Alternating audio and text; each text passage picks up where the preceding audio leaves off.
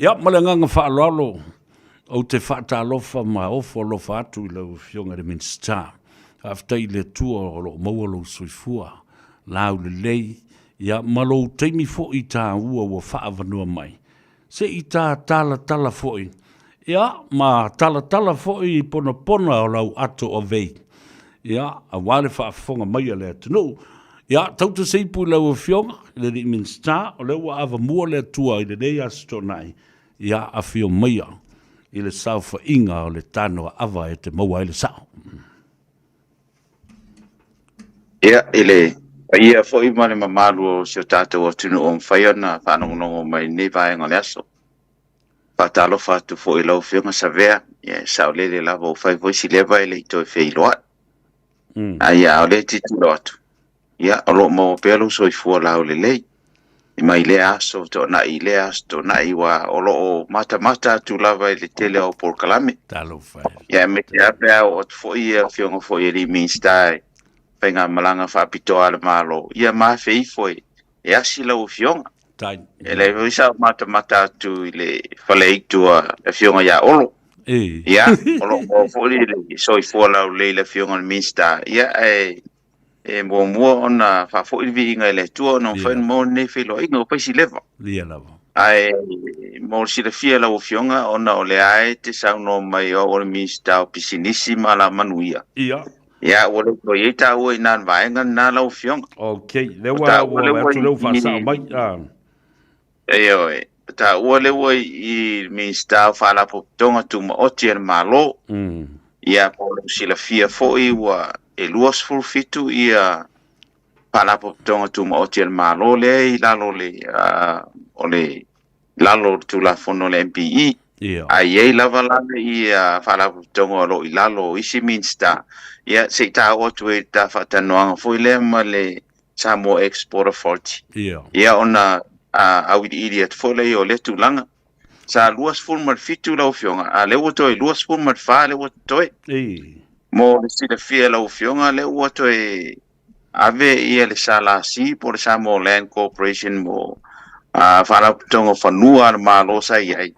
Ia le ua deregistered le company na o le to yesta Samoa Land Corporation. Le la ua ave umana a seta. Ia e mese foi ana o whainga nuenga. Ia ma whanua. O ave umala I lalo le mtaadonga foule ia le Lands and Survey. Ia le la ufa upopo I foila I o lesi ministry fou. I na I lalo Public Service Commission po lalo PSC. Ia le ngata foi lea o le ua create ia le matanga luenga fou ta longa lau whionga ia o lea ua iei ia le whionga le minsta ia lau matia man. Ioi. Ia o lea lau ave iel sa faa po whaala po tonga na malo le va ia na whale ta alo ma malai ta alo. O lea foi lau ave lalo o le tanga luenga na malo polo tu e foi lalo le ministry. Lalo la PSC. Ia o le sila mor sila fia foi le malo le atunu. O le ta whaala po tonga lea le ste tausi po le stek. Lea foi lau ave na a seta maona whanua. Lea lau ave foi lalo o le Lands and Survey Ministry foula le wa iai. Ia ai vai mai lalanga ofisa mananga vaenga. Lea lau ave lalo o le si whaala paputonga foula le nga create le nga pasia tu la fono le ntatan lena I le vaiason nei. Le iai le whaala paputonga foula o pōlenga o loa a wina tu I fafo sa moa. Lua fe luas fu marfa. Ia olona wina ua toe luas fu fa la ta whaala paputonga malo toe po whaala paputonga tuma oti. Le rau toe wha popo tu neila iai ma le Samoa Export Authority po pūlenga o loa a wina tu I fafo. Le rau toe luas fu lima ila. Ia o le mafuanga la na lau whionga. Lea sa o whale o ina e tu la fono I te tonu o parliamene. Ona la vea I lalo whaala po tonga malo po le SOE. Ia le whaala po tonga foula le o pūlenga o loa au ina tu I fafo. Ai morsi le fia le tinu. Ia o le whaama ite le whionga le minsta o foi panga ma whainga whaiva. o langa whaamaite lea ia malauna unga ia mai lea ole matanga luenga po le whalapotonga fau lea. I te tonu ka peneta ma le malo ina ia iaise matanga iaise whalapotonga fau. E le mawhaila na ave le whalapotonga le lalo o le ofisa whatoanga. Ona o lo mana o ia le fionga le minsta ia laudi minsta o fo yo whatoanga ina ia tuto o tasi. E awane I lalo le ofisa whatoanga. E ngā lulu e whatasi lan vaenga lea. Ia lea lua iei lola ta SOE fau lea. Lea la ta ua le pōlenga o loa au ina atu I whafo. O e mafuanga na le sa au whale o ina etu la fono. Ona o lalo o whalapo tonga tuma oti al malo. Malo, whaftai ia sile koe na lau fionga ana whaapea o se ministry ia le pōlenga lea. O lona winga. E whaila el PSC tu la fono. Ia ai le whaila el PSC ona o lo lalo le matanga luenga tuma oti. Ia lela na mafuai na o whaia. I lalo la whaia matanga luenga tuma oti al malo na filfilia e ka peneta. Ma wha hiunga fono inai. O le a whao ngā le whaala putonga fau lea. I lalo o le MPE. O le whainga whaavae ma le whaatino ina, ma le whaanga yoinga ma ngalue ina. E lalo la o le fionga le mista o whaatoanga. Ia, se sira foi o e lau fionga, o lo iei ma le Strauss. Vaenga le su ea ngā lunga whaasai nisi. Tasi na whaala putonga malo o lo I lalo fo o le MPE, a lo o vaia uma e le fionga le mista o whaatoanga. Lea la e mafuai, ia tepe fo ia o isi whaala putonga malo, le ia isi line minister si e iei lau fionga. Ia ai o le whaanga yo inga la le governance, ma le whaatino ina o na pūlenga, ma e meise lava ia le li poti ina o tupe ma le whaonga ina. Ia o ina ta whalaputonga o foituma o tia malo, o ina e whai ei ia li poti ia, ma li poti kapeneta, ma li poti I le parlemene. Al whaatino ina lava la o whainga whaavai, ma le whaatino ina o ngā luenga, ma le whaanga yo inga. Ia o lalo umala o le matanga luenga le a whatoanga mwhainga whaiva. Ai ngā lulue whaatasi la o le ese le o le Export Authority po le Samoa Export Authority le iei maisi mea sa iei mua. E ngā lulue whaatasi la ma le vaenga foi le o tato matanga luenga o vai whafo. Ia matanga luenga o whainga whaiva whatoanga. Matanga luenga o tupe. O lo iei foi la mani matanga luenga le Strauss inga. E ngā lulue whaatasi ia malalo lava foi le pisinisi ala manuia ma leipa. E le MCO. O le malosi lea o tatou Export Authority la lela yellow fionga. Ona e mawhai, ona whai ia inga whaavau malo. Ia na saula ia tono o le Foreign Affairs o le vai fafo. Mo le whaanga yo inga I fafo ma su enga ma me whapena. O le malosi na o la tau la le e tua. O le tatou pūlenga le o loa au ina tui fafo. Al whaatino ina a toa ngā luenga ma le whainga le o whainga luenga ma tūlanga whapena. Ea li lifa umala vai lalo le fionga le minsta o whatoanga. Ia pe o whama ite lea le fionga ia la audi. Ona e te lelonga sila fia malona I loa. E tā ua le mea lea mo tātou tangata whai whatoanga. E le ngata I tangata whai whatoanga o mau lawa la ko ma teki mau I whafo. Ai maise lawa le tātou tangata whai whatoanga la iti. Ele ma whai ona lātou whaatino ina, se a venga o se container ato I whafo matulanga whapea. E wha mau popo la e vaenga lea, o mai lola iei o tātou tamai whai whatoanga la iti, a tū whaatasi. O I la lea la marosi e lola la o fionga, mole a vina I whafo. Ia o te tilo po ari min staff whatoanga na iei, o te loe mo se teimi na luatan noa lea. Ia, e tele au tātou I nei e whai lato whatoanga e awe whakaunu makeki. Onga e laute I loa. E leise si option mo lato. E ma whai na awe lato me whafu. O lona wingi. Tasi la lea vaenga o lea la wha amaro si e tātou pūlenga lea. O lea a whai me e la a wha atino whatoanga e wha atau tonu Samoa. A lea a wha ate lea atili atu mo le a venga o tātou o loia I whafo. Ona leo o ie le vaenga lea la wha amau popoa ia tūlanga ia. Ia pe o le tūlanga lea lau fionga. A le tupe e a matai ia ia le tātou pūlenga lea, o le a o tupe lenga mai o le ofisa o tupe. Ia, i lalo la o le ofisa fo o le MPE, po lalo whalaputonga malo, o i la lena whaatino mai, e le tupe lena o mai, ia maa watu lola e whaatino, i la whalaputonga fōlea, ia ma li poti mai la a olanga li poti ia le whalaputonga lea, e li poti mai la na tūlanga tau tupe, ma le whaatino ina o ngā luenga, ai mai se lava nga corporate plans mole anga ilunga mo risi lima tausanga ia e li poti uma meala i lalo tanga luenga por fa tonga le al malo le MPI da le te ye ma fa ba popola i e mato matanga luenga ma ave lo li poti kapeneta ia ma fa u ye to i malu ile fainga malo malo fa tai i lalo fo i lalo fionga le ala o ye mato ba nga le ta o le Independent Selection Committee o la tau ia le apply ma iei tangata ia mana oi e whai la tau ma komiti wha foi o le ala tonga fōlea ia o lona winga la e whaatino uma in MPE pasala la winga o avangoa compositions o avanoa po a tonu to inga avanoa e mana o mia ia e tele i lava la le sao le fionga le minsta o ngaluen o yo minsta o whaatoanga ona o ia o lo iai le me se fo le fatino ina matangata me fai ona fatino ina nga menga ia fasa laula ia mato ia ai a o fo la te me e ilo ia komiti fa foi ne ia to fo ia ka peneta mal minsta nga menga ia pe se fa ma nga le la opción e mata esta fatano mor silfia ia va ftai tiri la vai lo fa ma ma ino le mata pula nei o wa o le memo mo sa o le wo tele na e tawa o fai mai ia ne fesiri sai lo ma fo fa pe o le vaenga le memo mo le pasi o le tula fondo le nei fa ma ite ele minsta o fanua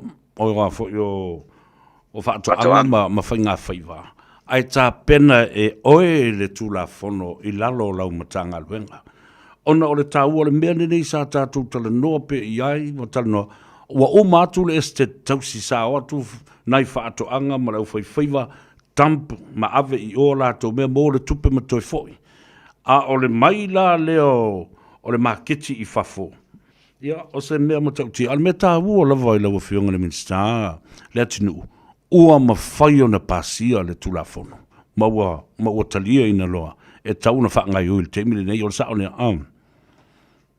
ia e sao le leila wala ufionga o le whaatino ina tulafono le o mai ai ti tilo foi la pena e whanau longo le fono teli o whaitionga na mai na whai mua e le au le winga le mena whai mua feo whai longa lua feo whai longa toru feo ona o lea ona o le ona set up o tulafono ma whaatino ila tulanga i e le whaapela e mai le manuia e teimi o tuana e whai e le teimi nei lea ua te le atu le maa popo teimi nei ma le si foi mea leo ye mai si mitanga luenga malo le tua o le whaalapotonga nei e unga ia tulanga lea ia me se foi le vaenga leo le ofisa o whawhautua mo o lea o loa whewhata wa i Pasifika o le Pesa Plus o lo ye foi le Pacific Agreement lea ina ia mwhai ia ona whaatau o tātou o loa i tonu lava le Pasifika ia ia peila o le sesenga na o le mele sa fina mai ele lai tu fa pen la fai mo bua ele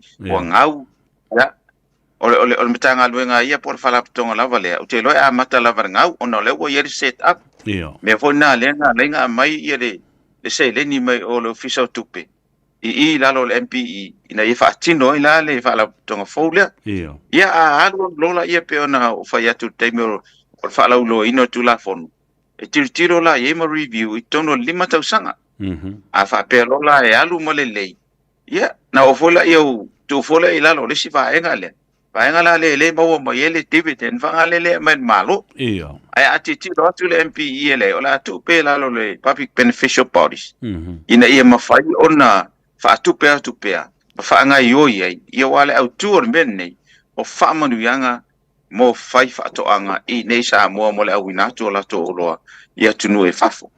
Au te lolo yeisa te lenga ma se manga lei ma le fionga le minsta whaatoanga.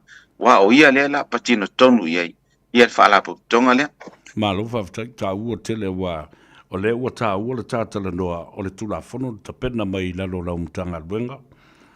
Le MPE aina whaama ite le fionga le minstao whainga whaiva ma whaatoanga la whamanuma vau matua. Awa o le mele i lau fionga le ua tā ua wa umana whaatoto le tulafono, pasia le tulafono, whaia fo i se whaavai le lei, po se structure le lei. O le ringa e o lava fo i la ina whai fo i sana ia se vaenga fo le se po se komiti whaatonu o le fo i vaenga. Lo fionga o le ayer komiti whaafoi i le taimin nei.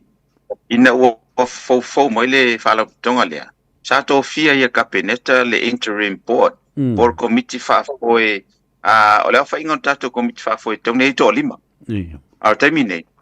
Nā tō tolu lewa a matalia le ala alo te whono ele whaunga ia tanga loa vanga le Eddie Wilson. O le ala e ma le tina ia alofi. Ya mese foi le fionga i le li lo ia tasi patea. O la tola ia.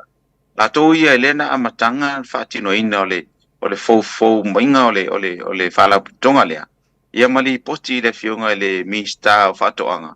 Ia mali poti mai ana tonu o le a fo el kapeneta.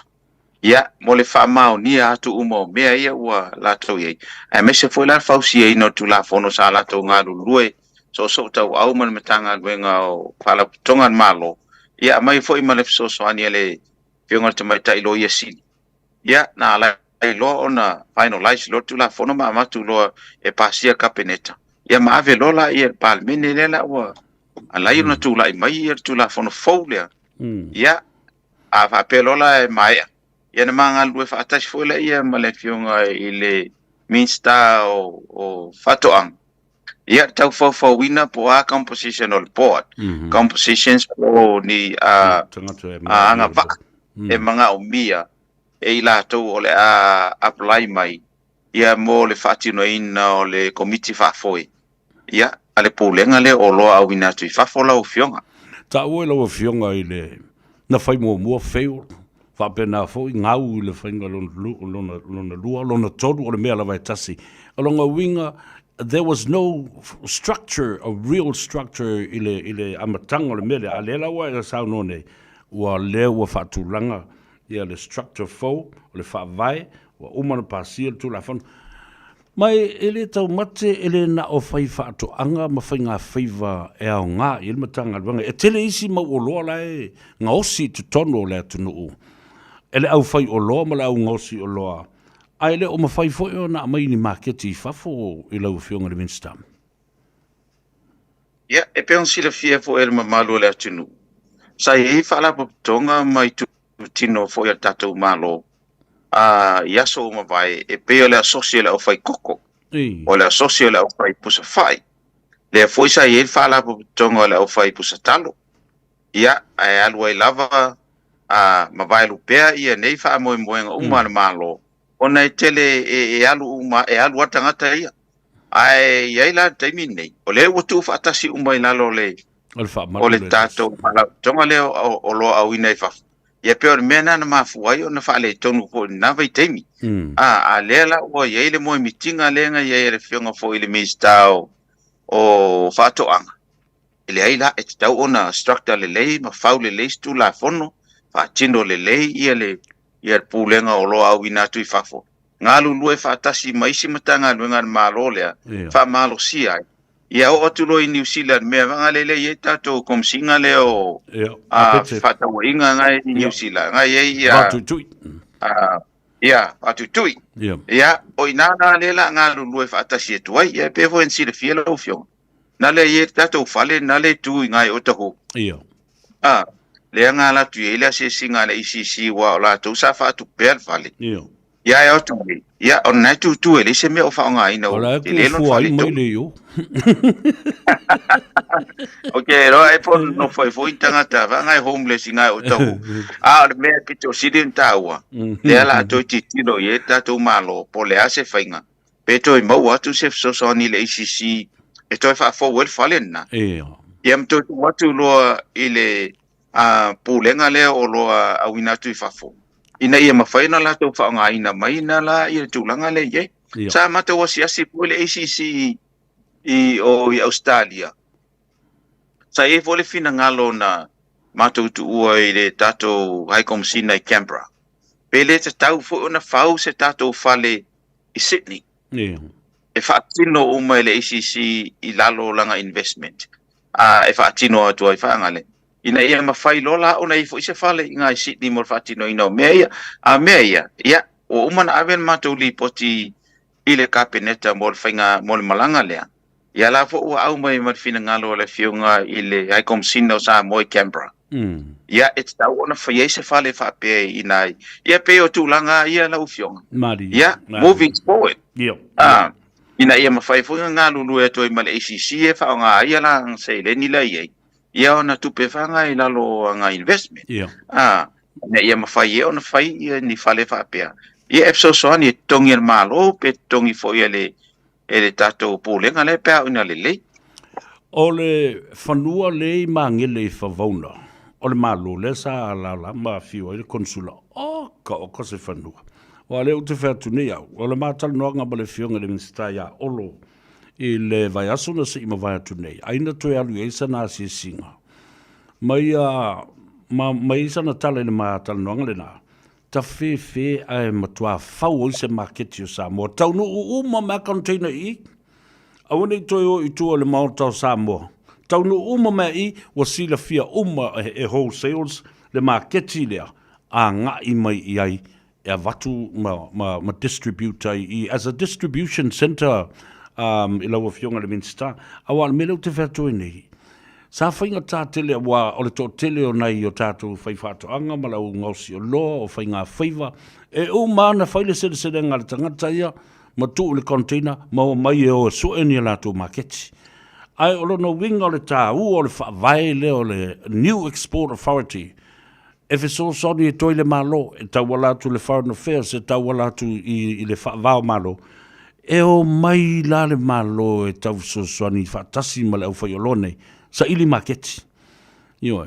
Nai lo le halu alu tangata la tau ma le tapsa ma whaafingata i atu e itu la fono le quarantine, e itu la fono le compliance, e itu la fono o le tu, lo isi mea siri o le tuwai o na taunu mai o tātou shipment, air freight, air cargo, ina ia taunu mai o lo maintain le quality ai le yo o le aso expire le usage o loa le la o fionga na Minster. Pe o nai mena o le utefsi le toa e masana to ai o le mata upule.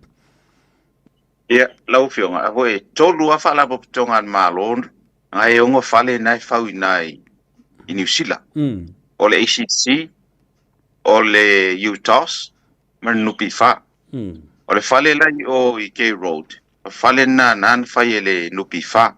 O le fale le i mankau. O le fale na le na fai ele UTOS. A le fale le i o tahu le o lo te le fale ton. Fale na le na fai ele ACC. A e te tongi uma lava la ele malo i a matanga duenga po le fala putonga i e tolu. Mo le fausia i no fale. Pau foi la na o fala putonga. E ma fai o no atu fatino se ngā duenga te le fa pena. Ele mele o no foi le fionga ele tatou konsula. O lono winga. O lo tau wā nei la vaenga ia whalaputonga ia e tolu. Ia SOEs foi vaenga ia. E po ai la e na te mawaina whanua lea. O na whauela i o se miti ar malo o lo i ai. Sa mata o sia atu fo i e lau fionga. Tai milena mata o atu e au titilo. Ia e mawhai o na whaatino fo i le ACC. Ai pule la malo po ai la e ave i ele whaatangana. Whaonga ai langa tupe. Whaatino i la le mea lea. O le tā ua nā lau fionga. A le whaatino ina ia. Me sili lau e le tātou vaenga le o Export Authority. A wae le mawhaina matu o atu se whalaputonga e whaatino se whale. Ai le eise si e tango e whaatino le lei. Whaatulanga le lei. La whainga tele le mea le sa ele stek i ngā i o tahu. Ai fōringa mai. E le lei foi ona whaatino nā teimi. Ona e telea, e lua tuarta ngata ia. Ale miti le mo e miti ne iai, ale fionga le mista o whatoanga. Le ua structure le lei i tu la fono. Le ua whaatino le leilanga corporate plans. Mo le alu luma, man whaatino ina o tūlanga ia lau fionga. Malo, ese le tāua tele. Pe o matapule le no mai fo iai. Good governance, compliance, ia o tūlanga le lei, o standards of maintenance, quarantine time. Awa o nisi nei o whawhitau li. A leo wa watu le tāua, le structure le lai e. Le nuinga, somebody's going to take care of this and that, and this and that, to give support. O le sa o leo, Lau fionga whape mana ole fionga le minsta whatoanga e fiave ia tātou kukama, kamako, mango, avoka, o me uma whapena. O ina lola, le lafso soani mai e lola le vai fafo, por Foreign Affairs. O la taula ia e patanoanga ia New Zealand, ma le quarantine New Zealand. Ia mawhaine ia inga i tu la fono ia o barriers ia po o wōria. Leo o mawhaia on tātou a teimi nei. Mo le au ina ato tātou o loa i fafo. A whapea lola e whatanoa le Foreign Affairs on behalf o le Samoa Export Authority. O la taula na o la whatino ina le whatanoanga na ma New Zealand. Ina ia mawhai o na a maini a whaamatangatanga mai le tū la fono. Ia mai se ale restrict le wako ia kako mea i o. Ia a umalola baenga na. Ia on tātou o mai lola ia le vale le lau fio. Wai tasi na me pito sile on tāua. E taimi nei. Ia ngā ole e New Zealand le mawhai o na luatu. E container rice e tātou ia kako freight ia watu i fafo. A o fwoi na maua lor tātou export. Whatan noa fwoi la ia Pesa Plus. Ai maise le MCO ma le vai fafo. O le e New Zealand. Ina ia maise kako tariff. O se tātou rate mo tātou fua whatoanga. Me e tau Erepo goods. Longo inga o fua whatoanga ia mawhai on tau mafa. Lea o ele special rates ale e New Zealand. Ai container rights la ia lako special rates nga. O mea la ia mwhain tātou whatan noa. Ele mawhain tātou whatino ina teimina ia tātou Samoa Airways ma le tātou Polynesian Airlines.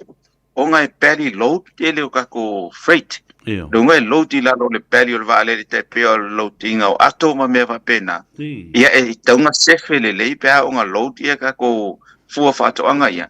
Tauna inta mai container vanga e load ai.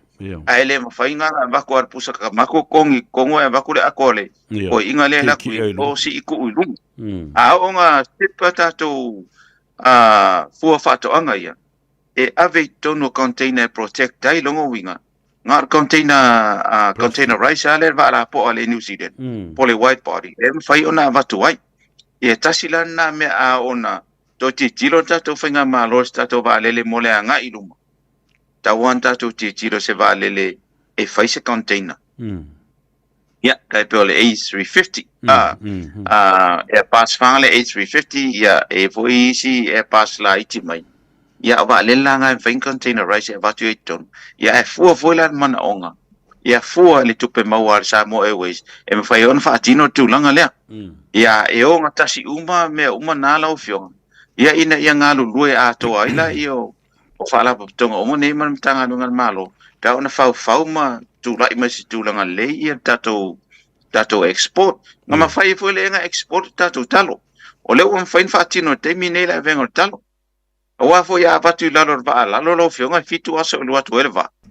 E o tu i owa mang. Ia ele penda o le talo a fiti o le watu rwa lele. Ia e watu nei tai au e tau nui o le audi. Ai whaatau le afiafi. Umia kula le lifespan o talo na piti pe a whaatau. Langa le a watu whalele. Ia o tātou. A watu container. Ia, whai o le fitu waso e latu eleva. Tolu waso e quarantine ai. A toa le leile i toi te tia lua vai aso. E tūro i lunga whata e whaatau i New Zealand. Ai mango rome. Ia, peo tūlanga la nai. E tau onti tilo i. E tau fuon tan noa fo i se whalele. Pea fua i se tūlanga whapena. Ia. Malo, tā ua tele, mea umana lena o tusi atuai, maintenance, quarantine time, o le teimi.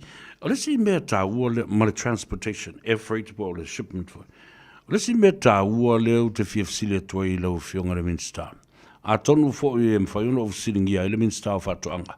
How important is the rebranding or branding our products o le manufactured mga osi Samoa ina ia whawhingo fie o na masani mai loa e o tātou tangata ma maketi whafo?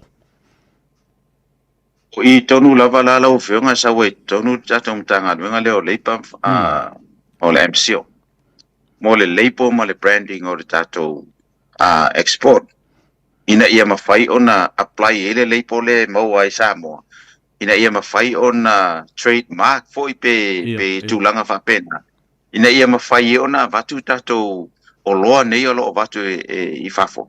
Wa le leile leipo ma ato toa le lei mea uma. Ia le mela na le exporta e tau ona whai na lulue whaatasi ma le matanga luenga leo leipa le MCO. Ina ia mawhai o na whaatino le leila tūlanga lea. Ina ia mawhai fo o ta lia. I lalo o ia inga whanga le pavao malo. Ia e mese lava ia ua maasani e fo le MCO le tūlanga nina. Ina ia mawhai o na brand le ia tātou ia wa temine. Ia pe ia talo ngā tua tonu tanga. Leipo ma le tanga talo. A o lola tātou o lo I tamai mea la iti ia. Ia e lo ia fo ia tātou oyo. O lo ia fo ia tātou mamanu. Ia tātou ie ma mea whapena I se taua o na whai whalelei. Ina ia ma whai ona sura I me se tūlanga whapena. Au te teton. Ia o lo ia I whainga whawai o la whata. Tia lei atu le whiunga le minsta o fo I o whatoang. Ia wao mea umai e lalo I la vea I lalo le export authority le alo whiung. Ia le fo I sa ta ue e whape la vea I ma tātou tangasta. Ia le uman whaman malam ele. Ia le mista. Le exportinga tātou tangata export le service le whanga ioi e tātou tangata. Ia peo le se sengan na. Ai sa yelo manatu sa whai kapeneta. E te tauna ave mari tātou luenga whawai teimi. I lalo le pōlenga lea. Ia o la uta talo fo ina ave le vai teimi sa o ye mitanga luenga o leipa ma pisinisi. Ina ia a mai se tupe whaatino le ien mea lea. Ia lea lau umon whaatino le malo. Lea lau ave I lalo le mitanga luenga o tupe le tātou ngā luenga whawai teimi. Lea lau whaatino e lau tau. Maua tupe. Au te lofo. Tātou nunga fo I leo le whiunga le minsta au tupe. E se tau anto e o leia I lalo le. O le pōlenga lea o tātou o loa e watu I whafo. Ia le pamenga lea. Ia e se I tilo e mo le anga I lunga. Mana ia fituna inga a ole au wala na whasoa I upu na lalafo I tonu. E mana ia pa exporta toi mau tātou tangata. E mali e fo I le whalonga. Ai, I lau whiunga le minsta, sao iai I le tāpen penanga ma soso ni fo I o iai le tio I le tele o tau sango o mawai. Le awhiwa sa lau iwa sifuru ma le tasi tolu, lua ma le tolu. Sa whaatulanga mai, I nei le whiunga a watu tui. Sa ila le poru kalambe sa whaasoa I lunga le tio ma sa au whai le teimili nai lima tolu tasi. Ole encouraging our people to buy manufactured goods in Samoa or to buy Samoan manufactured goods. Ole awala e nei mwhauna whaalawi loa I o tātou tangata. Ia le whaamarusi au na ia oi whaatau. Leo tau whai atu lau whionga ni minsta. I le whaonga ina o media outlets a Samoa, leo o iei le teimile nei, ina ia whaalawi loa ia tātou a tātou a tina e a me se foi fu o fa le langa le wa mai tono le tunu o la le ta u le melea to use the usage of Samoan media outlets for advertising. Lo iai ia tātou tupe whaanganga mo whalau loa I whafo. O lo iai le whalau loa le STA I lalo le Samoa Tourism Authority. Ia, a o nei foi la o na iai se tūlanga o ta tia le mai ia le pōlenga lea o lo awina tui whafo. E te tau fo ina iai se la tau fo I whae ngā tupe. Mō le whalau loa. Wa e le mawhai o na watu e tātou mea I nei. Ai le se whalau loa I nā. O te tāu o mea lea. Ina ia mawhai on toi whalau loa e tātou tangata.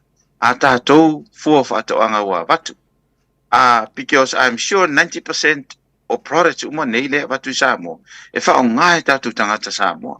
E toi tau lia e tātou tangata Samoa. Pauar me le fia I loa e tātou wa malo le atunu po fair me mawai ala te me mai ai ale availability ale le vave pe regular tai masina pe tai do masina ia ala to lau sila fia la tu langa le e te taton e follow up la vela to te me tau no ele shipment i New Zealand ia fa la ro ale le na pre-order wo la fa wi la sa no fo le wa e ta wo te le svanga le fi pa ye le awa or advertising le na marketing strategy market targeting our own people wa masani tangata o le fa longo le tio e fa ngai fo le tatu wala leo mo le tatu o na ngale la wo mo le tala e ai le tupe fa la wi lo ai ia mene ma o le por kala me lava na tau no foi le advertising la le ta uo le sao Samoa.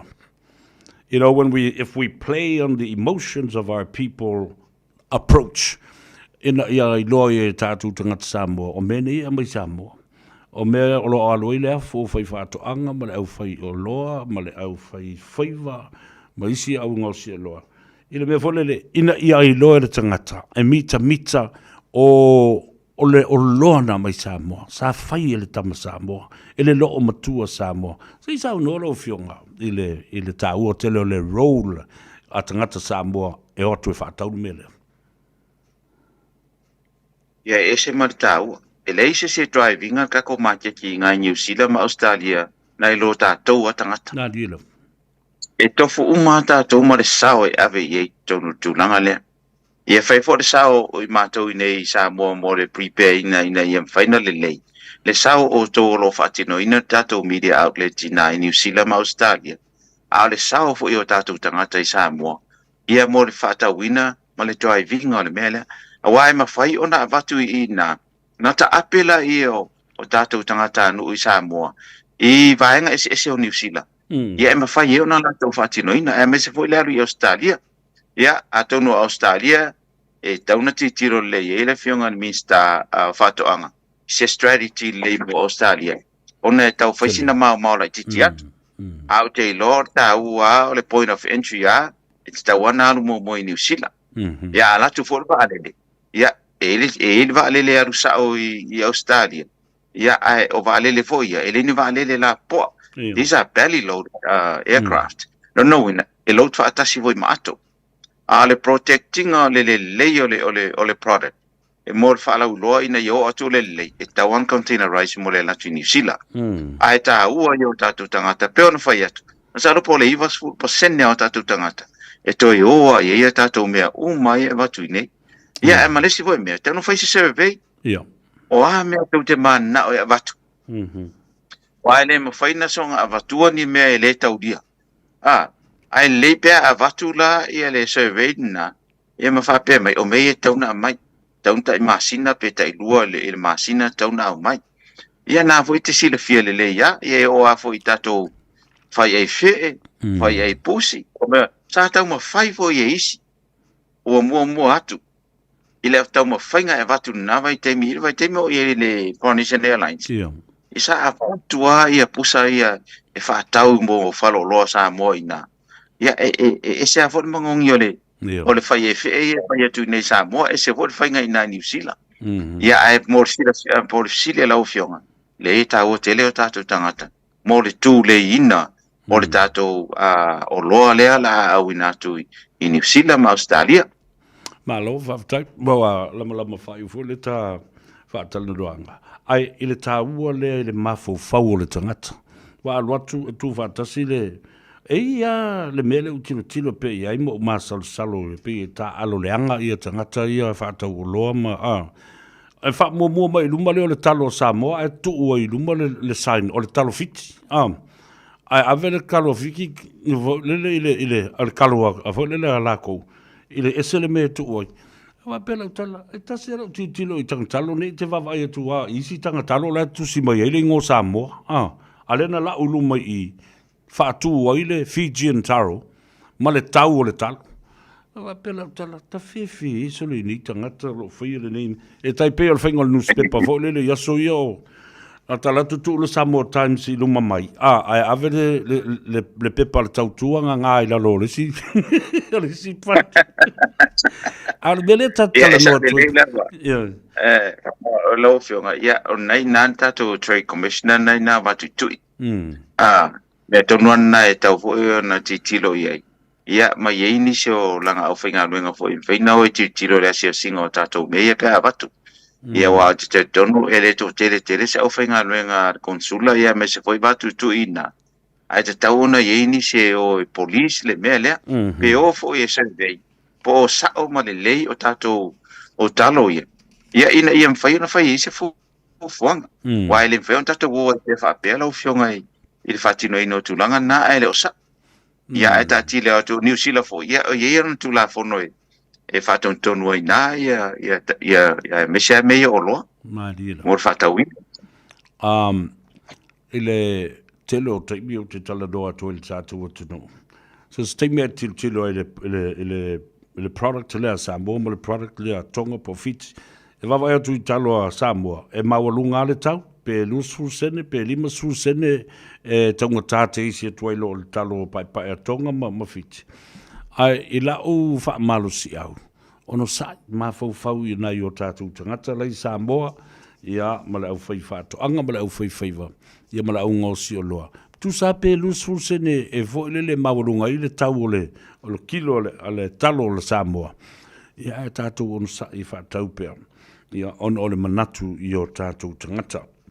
Wa umatu ia au fesiri sa uwe e tali umai le tā ua telo le Export Authority ia ma ua whaamali ina I foi ma le nganga whaafitai lau fionga a si vaenga ua pa u ia tau ia ma ua le lao le nei ia e te whaasoa mai ei ia lau fionga le rimista ia ele si mata upu te tonua ia se avanoa ia ma o pese lua whatatanoanga ma le fionga le rimista o whaatoanga ia o ie e ona le whamaite o ie fo ionga le miti ia le ua tūlai mai ua whamanu ia ina ia o te tonolo ie fo ina I mea tia o nofo marito ina ia ua furi tū le ina o tātou pūlenga le o lo au ina tui fafo ia e mole atu whaftai tele lau fionga e me se fo le malu si e tātou atunu ia o mawhai ona whanongolongo mai nei aso ia e me se fo I e tātou sauni atu mole aso sa pati a tai au ia ai whaftai tele lava lau whionga mo le avanoa ai e fo se stemi ia tātou e whailoa I ma tātou e tanu ia inisi fo I ma tātou ia o le vai tanoa whaaloalo I lau whionga o le nganga fifia lava ma le tatalo ia maua lava lau soifua o fo le tau whao le whautanga whaftai whaatotoa I saudoanga fo I tonu le mauta ma le pale bene o le atunu ese le manino lau saudoanga I so stemi pe a whaata oto sau folo sanga I lea mata upu ma lea mata upu o le mātou te talo le nā. La tau e lango ina le whainga malo. Ele o toi mawho se teimi a tātou toi whairoa I mai I malayo au te roa nei I se teimi o mua I anga lei le atua mau se malo longa le lei sa pati a tai au ia mai se fo I o ngā ruenga le vas fau ma le fono usu o le tātou te nuu. Lofa tele mo lau whionga le minister fa soifua ia. Ia, soifua ia. Whaftai. Tai. Ia, le nā Samoa, whaftai o mou le avanoa. Ia, le ua whae a ele talanonga. Fo ima le whionga I le minister o the Ministry of Enterprises I Samoa, private enterprises. Wasa tele lava minister o ia matanga luenga fo I lalo le whionga le minister. Ia, lea la ua toi maua mai I ai ma le Samoa Export Authority. Ta ua tele.